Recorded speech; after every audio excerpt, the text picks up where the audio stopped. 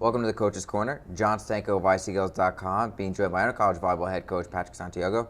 Coach, you guys are off to a 3-2 start in MAC play. A tough loss Wednesday night in 5 sets at Ryder. What did you see from the Gaels during that 5-set match? It was a tough match, very up and down. We played well at times and we played pretty poorly at times. I think we showed that when we don't necessarily have our A game, we can still compete.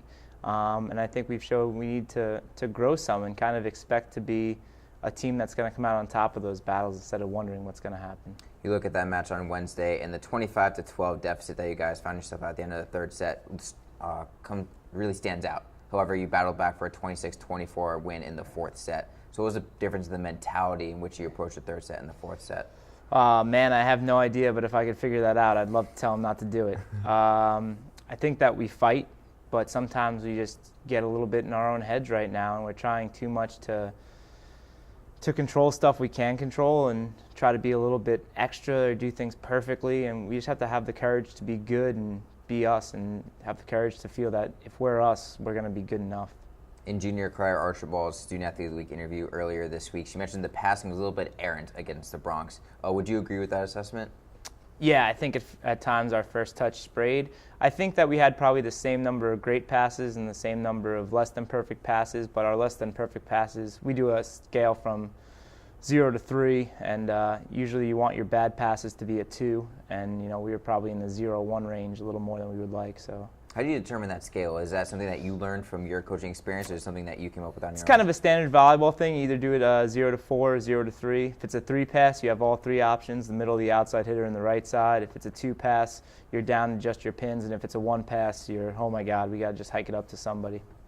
Earlier this week, freshman Jamie Smith won her 3rd MAC Rookie of the Week honor. We know she's a phenomenal player.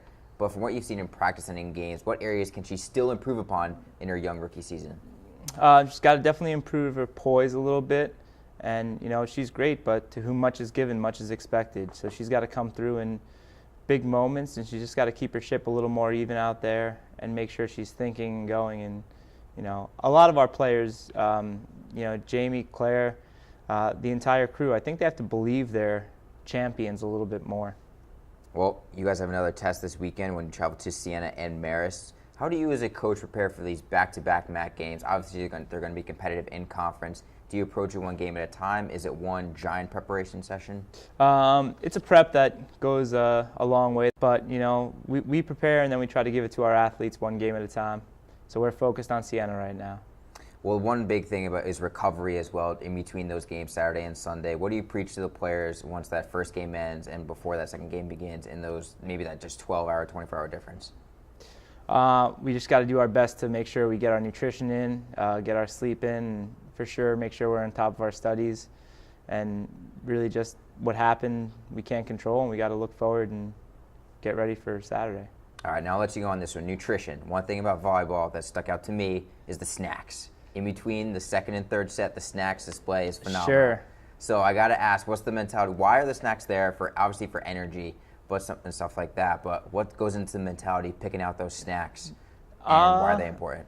They're important because obviously it's very tough to stay up for 2.5-hour match. You want to make sure your body's still fueled, and so we look for some things that have some simple sugars that can get right into the body quickly and be readily available energy, and some things that aren't too terrible for you nutritiously, but if you eat well and you feel good and you're happy, you're probably going to play better. So the girls definitely have their say on what happens, and we kicked it over to our graduate assistant Morgan, but they pander, so now we have a special Trader Joe's shopping list.